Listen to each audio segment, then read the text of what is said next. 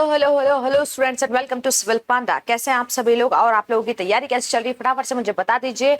और आप सभी की तैयारी मैं ये आशा करती हूँ कि बहुत अच्छी चल रही होगी, बहुत अच्छी चल रही होगी। साथ में एग्जाम को बहुत अच्छे से आप लोग टारगेट कर रहे होंगे और पढ़ाई पे जो है पूरा पूरा ध्यान लगा रहे होंगे। जैसा कि आप लोग जानते हैं कि हमारे एग्जाम्स का नोटिफिकेशन आ चुका है। नोटिफिकेशन आने के साथ ही आपकी जो तैयारी है वो डबल नहीं, ट्रिपल नहीं भाई 10 इंटू बढ़ जानी चाहिए, है ना। क्योंकि अब वो टाइम है जब आपको पढ़ाई पर बहुत ज्यादा ध्यान देना है, एज वेल एज आपको जो है रिवीजन भी करना है। साथ ही साथ आपको मेरे साथ मिलकर करंट अफेयर्स को भी पढ़ना है। करंट अफेयर्स को किस लिए पढ़ना है? क्योंकि आप जानते हैं पीएससी में करंट अफेयर्स बहुत ज्यादा पूछा जाता है आपसे, स्पेशली एमपी से रिलेटेड जो करंट अफेयर्स होता है वो बहुत ज्यादा आपसे पूछा जाता है। और एमपी से रिलेटेड करंट अफेयर जो है बताने के लिए आपको स्पेशली फॉर इंग्लिश मीडियम आपके लिए हम आपके साथ हमेशा जुड़े रहते हैं। तो चलिए उसी करंट अफेयर की एक और नई क्लास स्टार्ट करते हैं, which is our warrior series lecture number 29, जिसमें हम लोग वापस से 20 क्वेश्चंस को डिस्कस करेंगे, जिसमें 10 क्वेश्चंस आपके एमपी के करंट अफेयर से रिलेटेड है, एज वेल एज 10 क्वेश्चंस जो है वो आपके एमपी जी के जीएस से रिलेटेड है।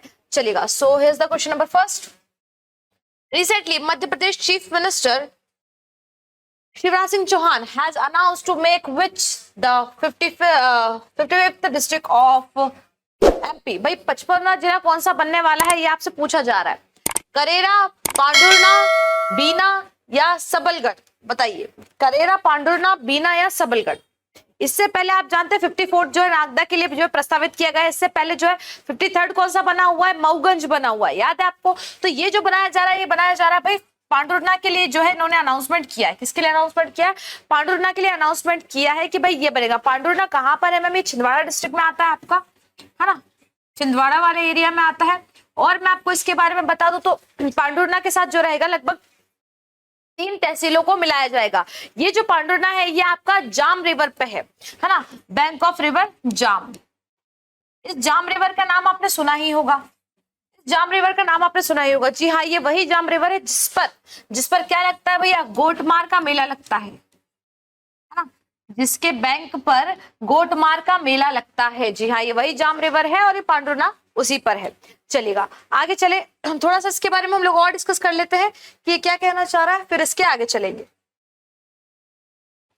Chief Minister Shivraj Singh Chauhan has said that Pandurna will become the 55th district of the state. Okay, Pandurna, Sausa Tehsil and Nandanwadi Tehsil will be merged in the new district. ठीक है, Chief Minister Shivraj Singh Chauhan said that Shri Hanuman लोक के बारे में हम पहले भी discuss कर चुके हैं, will be constructed in जमनाजवाली Hanuman temple on the lines of Shri Mahakal Lok. जैसा कि महाकाल लोक बना वैसे हनुमान लोक बनेगा। The work for construction of Shri Hanuman लोक in the first phase at a cost of more than 35 crore in area to about 26.5 acres will start. लगभग 35 करोड़ की लागत से स्टार्ट किया जा रहा है। और भाई लगभग कितने एरिया में? 26 एकड़ के एरिया में ये बनेगा हनुमान लोक। Which city of Madhya Pradesh has been ranked first in the country in clean air survey recently? भाई स्वच्छता सर्वेक्षण की बात तो हम लोगों ने की हुई है, लेकिन यहाँ पर बात हो रही स्वच्छ वायु सर्वेक्षण में, है ना, कि भाई सबसे स्वच्छ वायु कौन सी जगह की, ये आपसे पूछा जा रहा है ना। इसका भी बताइए। अब स्वच्छ सर्वेक्षण हमने वैसे देखा है, लेकिन वायु का सर्वेक्षण कभी देखा है आपने? नहीं देखा है भाई। इंडिया में सब कुछ हो सकता है। यदि आपसे पूछा जाए ये कराया किसके द्वारा गया है, तो ध्यान दीजिएगा, सेंट्रल पोल्यूशन कंट्रोल बोर्ड ने ये सर्वेक्षण करवाया है। ये सर्वे जो है, ये सर्वे किसने करवाया है भैया? सेंट्रल पोल्यूशन कंट्रोल बोर्ड ने जो है ये सर्वे करवाया है। इसमें सबसे ज्यादा साफ जो है आपका है एयर कहाँ की है, तो भाई इसमें सबसे ज्यादा साफ एयर जो आई है वो आई है आपकी इंदौर की। इंदौर के बाद कौन सा एरिया, तो ध्यान रखिएगा, इंदौर के बाद जो सेकंड पे आया है वो है अमरावती। साफ वायु है ना, साफ वायु है। यदि आपसे पूछ लिया जाए, एक डे बनाया जाता है clean air day for blue, ऐसा करके एक international clean air day for blue बनाया जाता है, ये भी ध्यान रखना, है ना। क्लीन IN मतलब इंटरनेशनल लिख रही हूँ, है ना मैं, international clean air day for blue, ये भी मनाया जाता है। और ये कब मनाया जाता है, ध्यान रखिएगा, 7 सितंबर को मनाया जाता है एवरी ईयर। हर साल ये कितने तारीख को मनाया जाता है? 7 सितंबर को जो है ये हर साल मनाया जाता है। अच्छा, इस साल जो मनाया गया था, है ना, इस साल ये जो स्वच्छता वायु सर्वेक्षण हुआ था, ये जो मनाया गया था, इसमें इसकी जो है मेन थीम क्या थी, तो ध्यान रखिएगा, टुगेदर फॉर क्लीन एयर। क्या थी इसकी थीम? इसकी थीम थी together for clean air, together for clean air, ये जो है इसकी थीम थी। Is that clear? चलिए,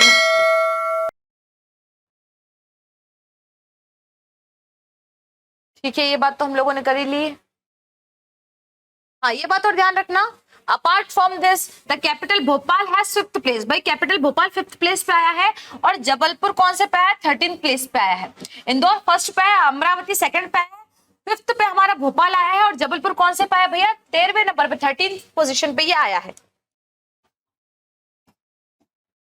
Which city has been selected by UNESCO for water management system? भाई वाटर मैनेजमेंट सिस्टम के लिए किस जगह को चुना गया है? कौन सी जगह जो है वाटर मैनेजमेंट सिस्टम, कौन सी जगह का फिलहाल में सबसे अच्छा है? आप सुन के चौंक जाएंगे कि यहाँ का वाटर मैनेजमेंट बहुत अच्छा है वाकई में, और यूनेस्को ने उसे चुना है।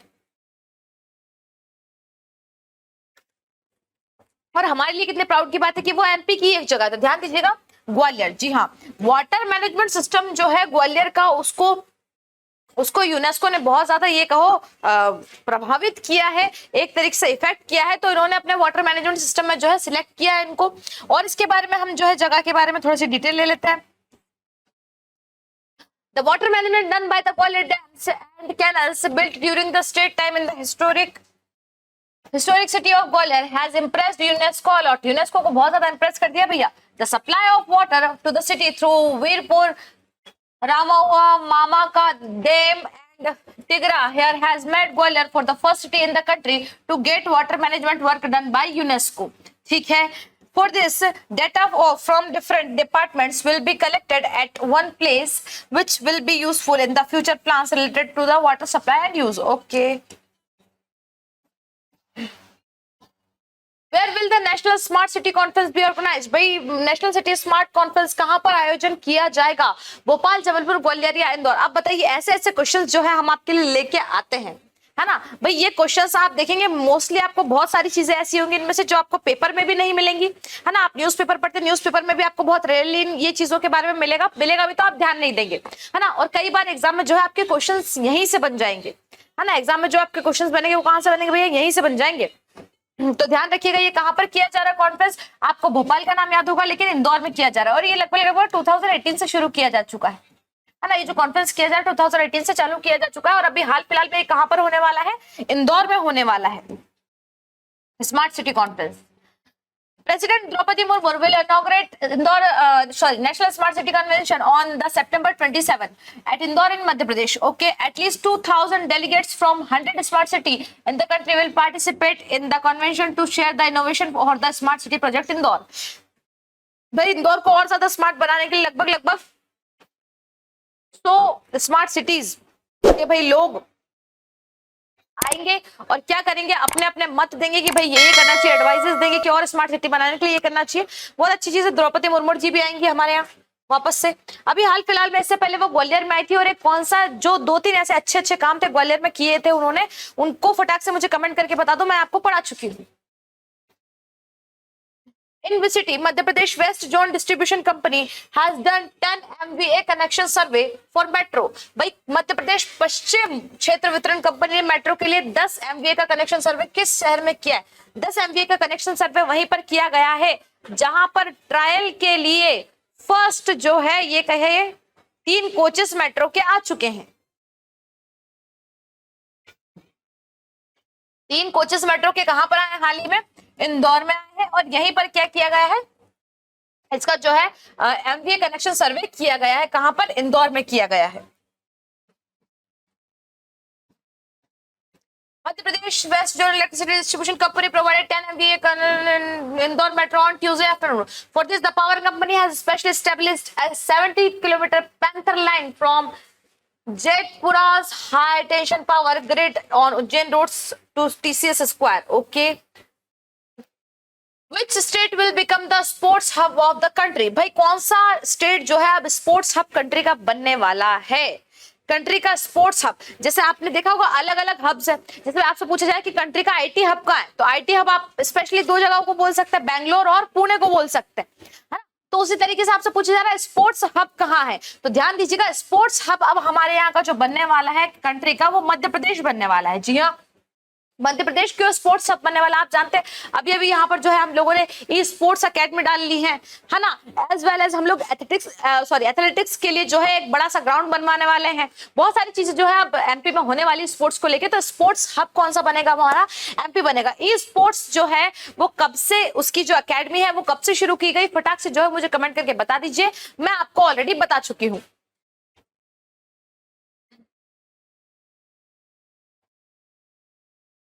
देखिए क्या कह रहा है, due to the rapid expansion of sport infrastructure in Madhya Pradesh, it will now get a new identity as the sport hub of the country. In the first phase of the construction of international sports complex at Nathurbar Kheda में क्या बनने वाला है, international sports complex बनने वाला है at a cost of ₹176 crore, लगभग 176 रुपए की लागत से। Construction for athletic and hockey stadium is going on, वही मैंने आपको बताया एथलेटिक्स के लिए जो है स्टेडियम बन रहा है। Two breakdance and e-sports academies are also being started in the state, वो मैंने आपको बताया कि स्टार्ट ब्रेक डांस अकेडमी अभी अभी स्टार्ट हुई है और ई स्पोर्ट्स अकेडमी भी स्टार्ट हो चुकी है। ठीक है, चलिए तो फिर इसी के साथ मेरा आपसे क्वेश्चन है कि हमारे एमपी का स्पोर्ट्स मिनिस्टर कौन है, प्लीज मुझे बता दीजिए। नेक्स्ट क्वेश्चन आपसे पूछा जा रहा है, how many awards has Madhya Pradesh von in the India smart cities award contest 2022। जो 2022 में India smart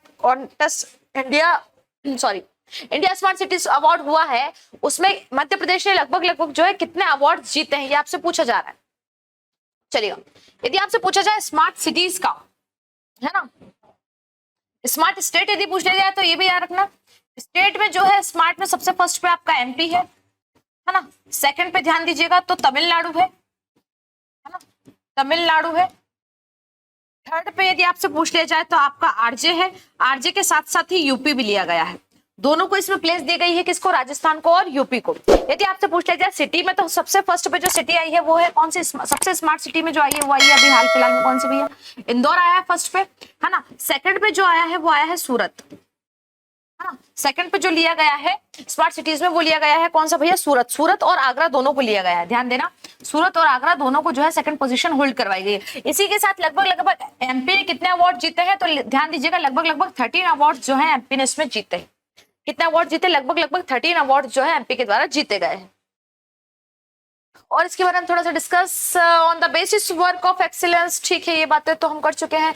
Indore has got 5, Bhopal got 1, है ना, Jabalpur got 2, Gwalior got 1 and Sagar 1 award in project award. ये भी ध्यान रखना, भोपाल को 1 ही मिला है, इंदौर को 5 मिले हैं, ठीक है, और जबलपुर को 2 मिले हैं। चलिएगा, Who has recently launched the Suraaj colony scheme. ये सूराज कॉलोनी स्कीम जो है किसने स्टार्ट की है, सबसे पहले आपके दिमाग में क्वेश्चन आएगा, मैम ये है क्या सूराज कॉलोनी स्कीम, है ना। तो मैं आपको इसके बारे में बताती हूँ। भाई ये जो स्कीम स्टार्ट की गई है ये लगभग 25 अगस्त, है ना, 25th ऑफ अगस्त 2023 से ये जो स्कीम है स्टार्ट की गई है।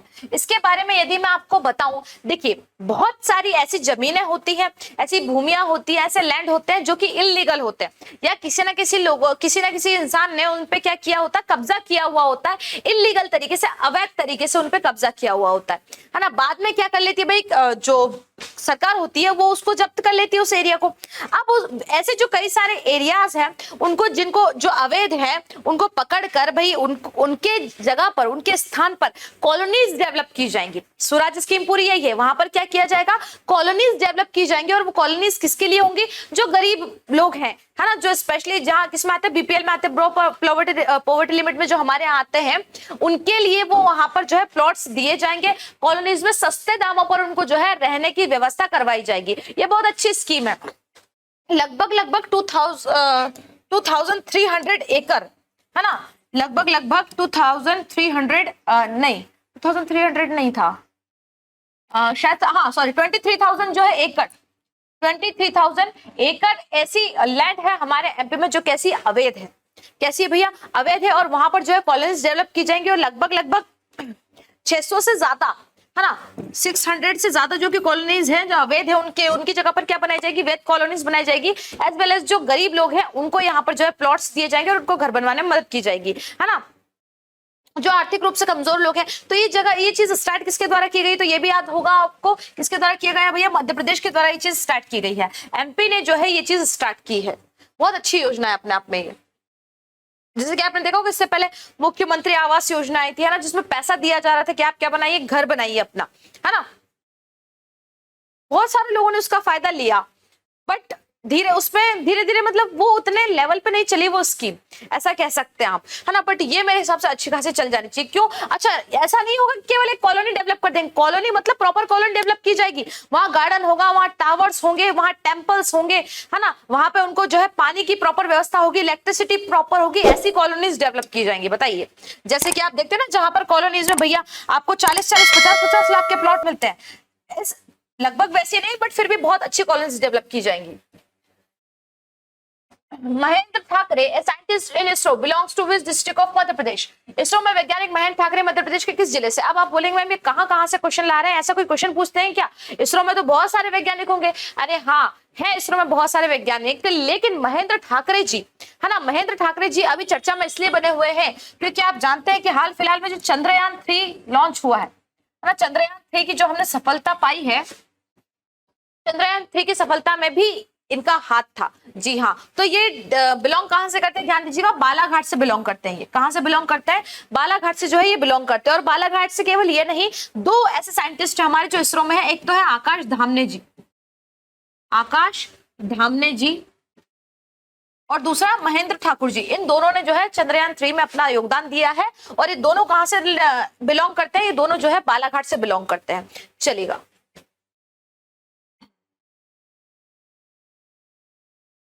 Sector okay, Chandrayaan. Which state is at the first place in प्रधानमंत्री मातृ वंदना योजना? प्रधानमंत्री मातृ वंदना योजना प्रथम स्थान पर कौन सा राज्य? अभी प्रधानमंत्री मातृ वंदना योजना क्या है? ये स्कीम कौन सी? देखिए, बहुत सारी ऐसी लेबर्स है, फीमेल लेबर्स की मैं बात कर रही हूँ, है ना, फीमेल लेबर्स की मैं बात कर रही हूँ, जिनको अपने मैटरनिटी टाइम पर, भाई उनको तो कोई लीव नहीं मिलती है ना, मैटरनिटी लीव। मजदूरी में, लेबर्स में क्या मैटरनिटी लीव होगी? जैसे आप जो है गवर्नमेंट एम्प्लॉय है या किसी और प्राइवेट कंपनी में एम्प्लॉय है परमानेंट, तो वहां पे आपको मैटरनिटी लीव मिलती है ना, लेकिन इन लोगों को नहीं मिलता। अब उस टाइम पे भाई ये क्या करेंगे, है ना, उस टाइम पे भाई इनके घर में पैसा कहां से आएगा?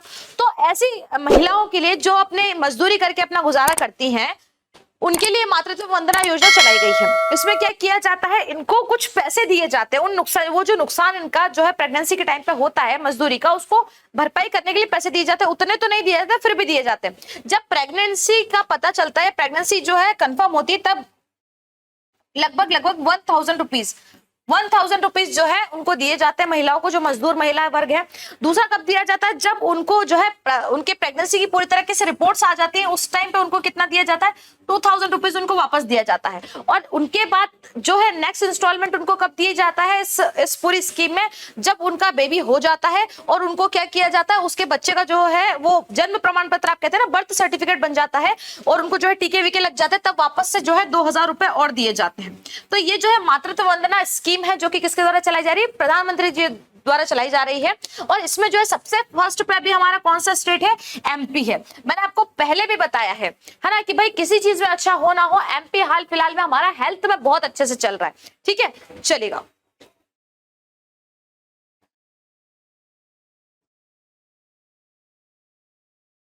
देखिए, लगभग एक बात और देख लीजिए, under Matru Vandana Yojana Madhya Pradesh has topped the country by registering more than 30 lakh beneficiaries, distributing an amount of 1294 crore and benefiting 2,26,306 beneficiaries till August in the current financial year। बताइए, इतने सारे लोगों को जो है फायदा पहुंच चुका है इसका।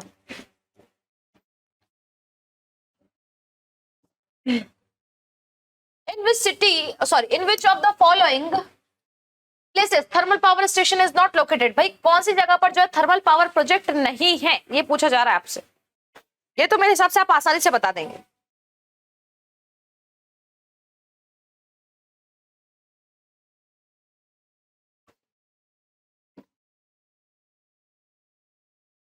तो ध्यान दीजिएगा, सतपुड़ा पावर प्लांट है, अमरकंटक में भी पावर प्लांट है, चांदनी पावर प्लांट भी है, लेकिन पेच में कोई पावर प्लांट नहीं है, है ना। तो यहाँ पर हमारा जो करेक्ट आंसर होगा वो होगा बी, पेच, है ना। बी में, पेच में जो है कोई भी पावर प्लांट नहीं है। Next question, Tawa dam project is located in which district of Madhya Pradesh. भाई तवा डैम प्रोजेक्ट जो है कौन सी डिस्ट्रिक्ट में है मध्य प्रदेश की।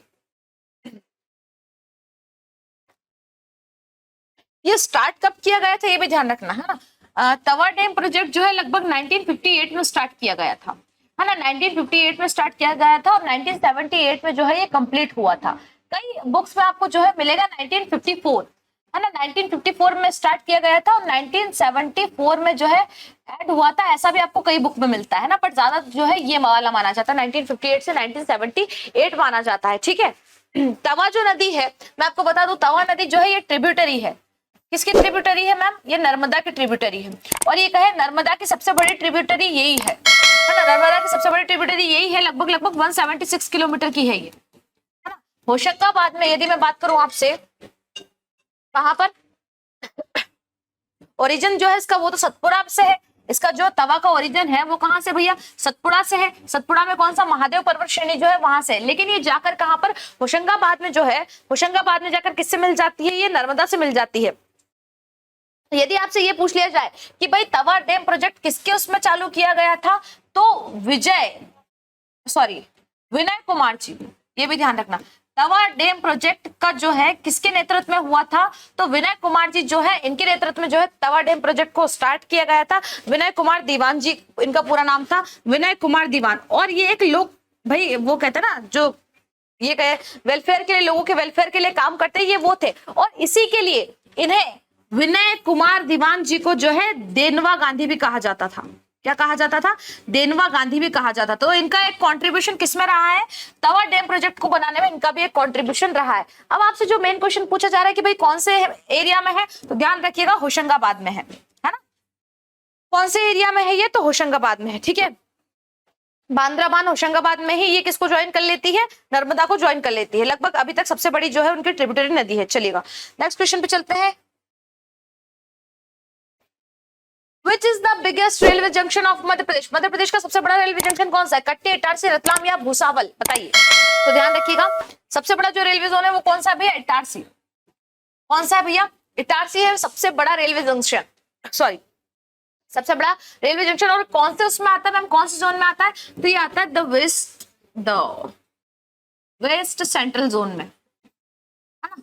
वेस्ट सेंट्रल जोन में जो है ये आता है इटारसी। सबसे बड़ा जंक्शन है भैया हमारे मध्य प्रदेश का हाल फिलहाल में। और कौन कौन से जंक्शन है मध्य प्रदेश में, तो मैं आपको बता दूं भैया, इंदौर जंक्शन है, भोपाल जंक्शन है, उज्जैन जंक्शन है, ग्वालियर जंक्शन है, इटारसी जंक्शन है। ये कुछ बड़े 5 जो है हमारे यहाँ के जंक्शन है, जिसमें सबसे बड़ा कौन सा, इटारसी है। नेक्स्ट क्वेश्चन आपसे पूछा जा रहा है, which of the following city is not situated in the plateau of region of Malwa. भाई इनमें से कौन सी ऐसी सिटी है जो मालवा के प्लेट्यू में नहीं आती है, मालवा के पठार में जो नहीं आती है ना। कौन सी ऐसी सिटी जो मालवा के पठार में नहीं आती है, बताइए। उज्जैन, देवास, जबलपुर या इंदौर। एमपी को यदि हम बनाते हैं, वैसे तो मैं बना नहीं पाऊंगी क्योंकि मेरी जो है मैपिंग बहुत गंदी है, बट फिर भी, है ना। एमपी में दिल हो बच्चे सा, ठीक है। तो भाई आप जानते हैं मालवा का जो प्लेट्यू वाला एरिया है, मालवा का पठार वाला जो एरिया है, वो ये वाला एरिया है। कौन सा वाला एरिया भाई, ये जो इधर वाला एरिया आता है ना, जो ये कहिए वेस्ट सेंट्रल इंडिया का जो एरिया आता है वो ये वाला आता है। और यही वाला हमारा मालवा का पठार है ना, मालवा का प्लेट्यू, जिसको हम वॉल्केनिक लावा, क्योंकि ये किससे बना हुआ भाई, वॉल्केनिक प्लेट्यू भी हम इसको कह सकते हैं, वॉल्केनिक लावा से जो है ये बना हुआ है। अब ये जो है भाई, यहाँ पे कौन सा एरिया जो है इधर वाले में नहीं है, देखिए भाई, इंदौर ये यहाँ है ना, देवास भी यही है, उज्जैन भी यही है। तो फिर बचा कौन सा है भैया, जबलपुर। एक जबलपुर ही है जो इस एरिया से थोड़ा सा क्या है, दूर है, जो कि मालवा के प्लेट्यू में नहीं आता है। अच्छा, मालवा की यदि मैं बात करूं, है ना, तो मालवा आपको पता है बेटा, मालवा जो वर्ड है ना, ये एक संस्कृत का वर्ड था, है ना। संस्कृत का एक वर्ड था जिसको हम कहते हैं मालव। क्या कहते हैं, मालव। मालव से बना था, है ना। मालव से जो है मालवा वर्ड बना। और ये मालव का मतलब क्या होता है, जो हमारी देवी लक्ष्मी है, है ना, जिन माता की हम पूजा करते हैं, माँ देवी लक्ष्मी है, उनके रहने की जो जगह होती है उसको मालव कहा जाता है ना। और इसको इसलिए ऐसा, इस मालवा के पठार को ऐसा क्यों कहा जाता था मैम मालवा, क्योंकि आपको पता है कि यहाँ पर जो है वॉल्केनिक रीजन रहा है ये एक टाइम पे, तो यहाँ पर सबसे ज्यादा क्या होती है, काली मिट्टी खूब होती है, और काली मिट्टी होती है तो यहाँ पे एग्रीकल्चर भी काफी अच्छा होता है, एग्रीकल्चर होता है, प्रोडक्शन काफी अच्छा होता है, तो यहाँ के लोग जो है अपने बिल्कुल प्रॉस्पर होते हैं। इस कारण से इसको क्या कहा जाता था, मालव कहा जाता था। तो मालव से वो कौन सा वर्ड पड़ गया आपका, मालवा वर्ड पड़ गया। इज दैट क्लियर, है ना। और एक टाइम पे ध्यान रखना, मालवा का जो रीजन है ना, ये एक टाइम पर पूरे ये कहिए दुनिया में जितने भी एरियाज अफीम का उत्पादन करते हैं उनमें से एक ये भी था।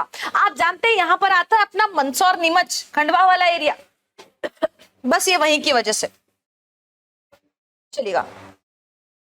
नेक्स्ट क्वेश्चन आपसे पूछा रहा, which national park was the first establish in Madhya Pradesh. Madhya Pradesh में सबसे पहले कौन सा नेशनल पार्क जो है बनाया गया था, कान्हा, सतपुड़ा, माधव या फॉसिल, बताइए। ये तो बहुत सिंपल सा क्वेश्चन मैंने आपको दे दिया। यदि मैं आपसे बात करूं, फॉसिल जो है वो 1983 के समथिंग बनाया गया, ठीक है। माधव और सतपुड़ा दोनों में कंफ्यूजन होता है कि मैम पहले कौन सा होगा, तो मैं इसकी केवल क्या लिख देती हूँ आपके लिए, केवल इसकी डेट लिख देती हूँ, आप खुद ही पहचान जाओगे। माधव जो बना है वो बना है 1958 में। कब बना भैया, 1958 में। और बात रही सतपुड़ा की, तो सतपुड़ा जो है वो बना है 1981 में, है ना। और कान्हा किस लिए जो बना है भाई, ये अभ्यारण्य जो ये कहे हम वन्य जीव अभ्यारण्य तो कब से बन चुका था, लेकिन ये 1955 में ही जो है नेशनल पार्क बन चुका था, है ना। 1 जून 1955 को जो है ये नेशनल पार्क बन चुका था। तो अब आप ही बता दिए सबसे पहले कौन सा स्थापित हुआ है, तो आप बता देंगे मैम कान्हा किस लिए जो है सबसे पहले स्थापित हुआ है। सबसे पुराना जो है कान्हा किस लिए है, उसके बाद भाई ये भी पुराना है लेकिन उतने पुराने नहीं है। सबसे ज्यादा पूछा जाए तो आपसे यही है, चलेगा। Next question, diamonds are obtained from the piles made by which river in पन्ना। भाई किस नदी द्वारा बनाए गए ढेर से हीरे प्राप्त होते हैं, बताइए। पन्ना नदी, यमुना नदी, मोरहर नदी या भागेन नदी। इस रिवर के बारे में आपको बहुत ज्यादा सुनने को नहीं मिलेगा,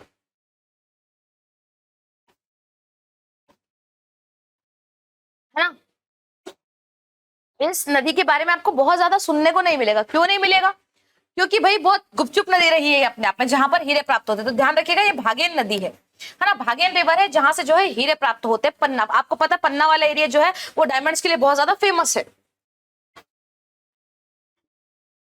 next question, which king got the huge lake of Bhopal build. किस राजा द्वारा भोपाल की लेक बनवाई गई थी, तो आप बहुत अच्छे से जानते हैं कौन से राजा थे भाई। ये राजा जो थे वो आप जानते हैं भाई राजा भोज थे, लेकिन राजा भोज के बारे में हम कुछ चीजें और डिस्कस कर लेते हैं। लगभग इस समय से लेकर तो इस समय तक ये रहे थे, इस समय से लेके इस समय तक ये रहे थे। और लेक को किस तरीके से बनवाया गया था मैं आपको बताती हूँ। मैंने आपको शायद पहले भी ये कहानी बताई है कि राजा जी जो थे भाई, राजा भोज जो थे, इनको क्या हो गया था, चर्म रोग हो गया था, है ना। चर्म रोग हो गया था तो कोई किसी विद्वान ने उनको बताया था कि ये जो नदी है, ये जो जा रही है यहाँ से नदी, जो पानी है, इनमें 2-3 नदियों को पानी और मिलवाया जाए और क्या किया जाए भाई, उससे उसमें आप स्नान करें, उससे आप पिए, तो क्या होगा, आपका जो चर्म रोग है ना, जो स्किन इश्यूज हैं वो खत्म हो जाएंगे। तो वो किया गया और जो है राजा भोज का जो स्किन इश्यूज थे वो खत्म हो गए, तो ये बनाया गया। राजा भोज अपने आप में बहुत ज्यादा इंटेलेक्चुअल पर्सन थे भाई, बहुत ज्यादा विद्वान व्यक्ति थे। इन्होंने लगभग 84 ग्रंथ, है ना, 84 ग्रंथ लगभग इन्होंने लिखे, जिनमें से आप सिर्फ कुछ ही जो है लगभग 24 ही बचे हुए हैं, बाकी तो मिले नहीं। बट ऐसा कहा जाता है कि लगभग 84 लिखे थे। यदि आपसे पूछे इनके फादर, है ना, इनके फादर थे सिंधु राजा। इनका नाम बहुत कम मिलता है, लेकिन इनके फादर कौन थे भैया, सिंधु राजा जो है इनके फादर थे। राजा भोज की जो थी भाई कैपिटल कहाँ थी, तो आप बहुत अच्छे से जानते हैं, आर पार जिला धार जो था वो इनका कैपिटल एरिया रहा था, है ना। इनके कई बहुत ज्यादा जो है फेमस बुक्स हैं, इनकी बहुत ज्यादा फेमस इनके ग्रंथ है, जिनमें से आपने सुना होगा सरस्वती कंठ भारत, ये भी लिख लेना भाई, सरस्वती कंठ भारत। एक क्वेश्चन आया भी हुआ है इसमें से, ध्यान रखना, चंपू रामायण किसने लिखी है ना, तो चंपू रामायण भी राजा भोज द्वारा ही लिखी गई है ना, चंपू रामायण। चंपू रामायण भी जो है इन्हीं के द्वारा लिखी गई है। श्रृंगार मंजरी है, तत्व प्रकाश है, बहुत सारी है, बट ये कुछ मेन है ये दोनों। तो फटाफट से नोट डाउन कर लो, नोट डाउन करना है नोट डाउन करो, स्क्रीनशॉट लेना स्क्रीनशॉट लो। चलिएगा नेक्स्ट क्वेश्चन पे चलते हैं। महाकवि Kalidas was related to which city, महाकवि कालिदास का संबंध किस शहर से? देखिए उज्जैन, महिष्मती, विराटपुरी या इंदौर। कालिदास जी आप जानते हैं कि हमारे इंडिया के एक बहुत बड़े ये कहिए प्ले राइट थे, है ना, एशियन ये कहिए बहुत बड़े पोएट और प्ले राइट थे। कालिदास जी के बारे में कई सारी कथाएं प्रचलित है। देखिए बहुत सारे विद्वान तो मानते हैं कि इनका जन्म जो है उज्जैन में हुआ है ना। कई सारे जो है इनका जो ये कहिए कि इनका जो जन्म है, इनका जो बर्थ है वो कहां से बताने पे तुले हुए हैं कि भाई प्रयागराज से। और कुछ तो और ज्यादा विद्वान है जो बताए जा रहे हैं कि इनका जो जन्म है वो बंगाल में हुआ था, है ना। लेकिन फिर भी सबसे ज्यादा जो मान्य है कि कौन से प्लेस से रिलेटेड है, तो उज्जैन प्लेस से रिलेटेड है ना। इनके बारे में तो क्या ही कहना है, इनका सबसे बड़ा काव्य जो है जिसको आप कहते हैं अभिज्ञान शकुंतलम, ध्यान रखना बहुत फेमस है इनका, कौन सा? अभिज्ञान शकुंतलम। अभिज्ञान शकुंतलम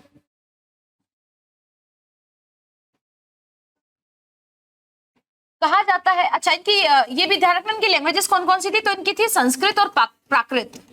संस्कृत और प्राकृत जो थी ना वो इनकी लैंग्वेजेस थी। कहा जाता है कि कालिदास जी जो थे वो बहुत बड़े मूर्ख थे, है ना। एक राजकुमारी हुआ करती थी, अभी मुझे अचानक से जो है उनका नाम याद नहीं आ रहा है, अभी क्लिक हुआ था सडन माइंड में, अब याद नहीं आ रहा है, हमें याद नहीं आ रहा उनका नाम, पता नहीं अचानक माइंड से स्लिप हो गया, है ना। बट एक जो राजकुमारी थी वो खुद भाई सुंदर भी थी और बहुत ज्यादा क्या थी, शास्त्रों में बहुत ज्यादा आगे निकली हुई थी। तो उन्होंने कहा गया था भाई कि उन्होंने कहा था कि जो भी पंडित मुझे किस में हरा देगा, जो भी विद्वान मुझे शास्त्रार्थ में हरा देगा उससे मैं क्या कर लूंगी, विवाह कर लूंगी। तो भाई बहुत सारे ये कहिए पंडित आए, उनके साथ शास्त्रार्थ करा, लेकिन उस शास्त्रार्थ में जो है कोई भी उनसे जीत नहीं पाया। अब जब उनसे जीत नहीं पाया तो उन्होंने सबको बेइज्जत करके अपने दरबार से भगा दिया।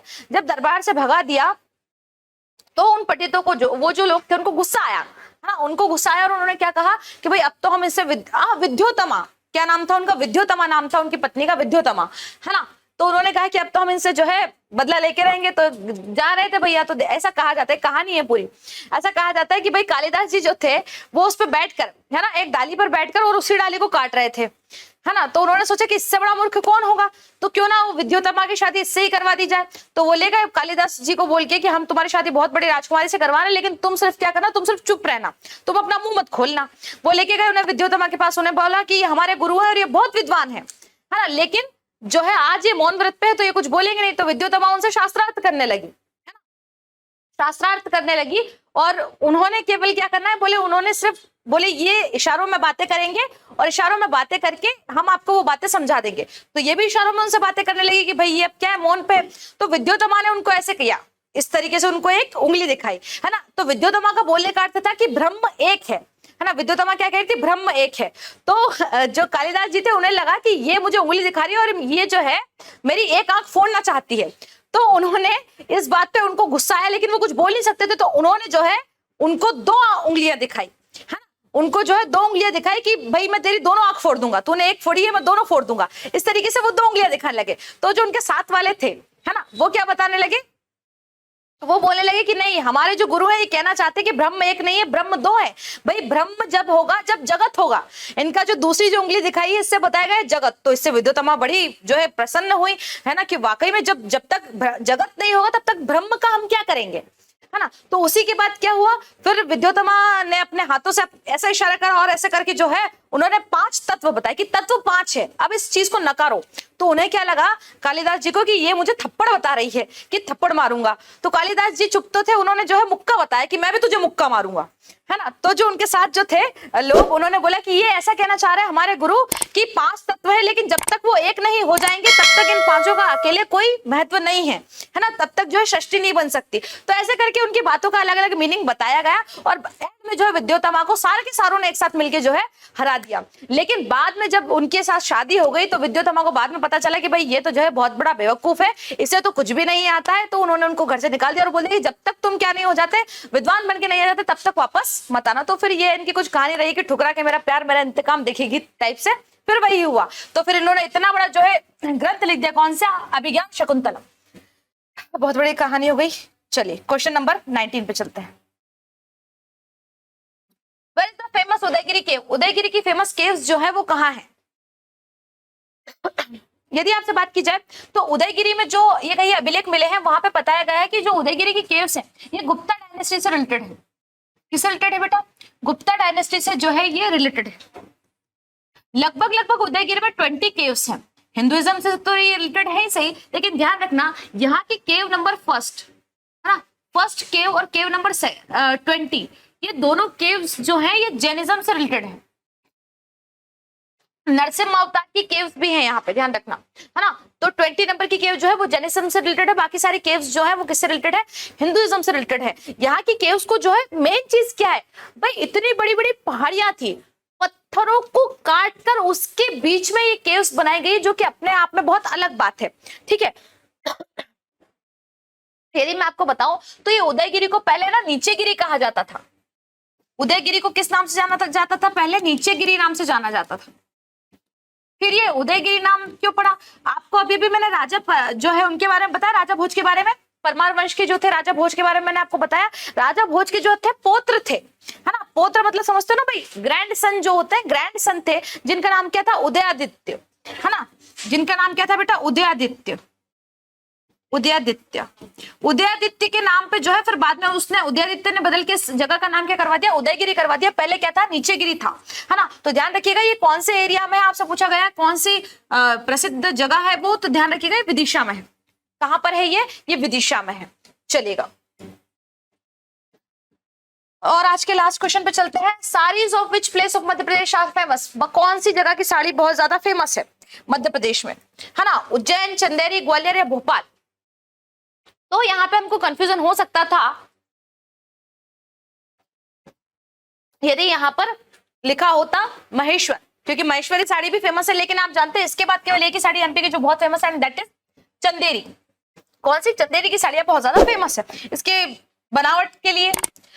आज के 20 क्वेश्चन यहीं पे खत्म होते हैं। Thank you so much for watching. आपने यदि यहाँ तक वीडियो को देखा है तो थैंक यू सो मच, और आपको बहुत कुछ जानने को मिला होगा, कुछ नई चीजें भी जानने को मिली होंगी। तो इसी के साथ जो है यदि कुछ भी नया आपको जानने को मिला है तो फटाक से जो है चैनल को सब्सक्राइब कर दीजिए, वीडियो को लाइक कर दीजिए। अपने फ्रेंड्स जो भी भाई पीएससी की अभी भी तैयारी में लगे और उन्हें इंग्लिश में कंटेंट नहीं प्रोवाइड हो पा रहा है, तो उनके साथ ये क्लास को आप जरूर शेयर कीजिए, ताकि वो भी जो है थोड़ा सा आगे बढ़ सके, एक नंबर उनके साथ भी जुड़ जाए, ठीक है। तो पीडीएफ आपको कहाँ मिलेगी? पीडीएफ आपको मिलेगी सिविल पांडा के टेलीग्राम चैनल पर। पूरी के पूरे एज इट इज क्वेश्चन जो है आपके लिए वहां पर है। वापस से मिलेंगे नेक्स्ट क्लास में, तब तक के लिए थैंक यू सो मच। जय हिंद।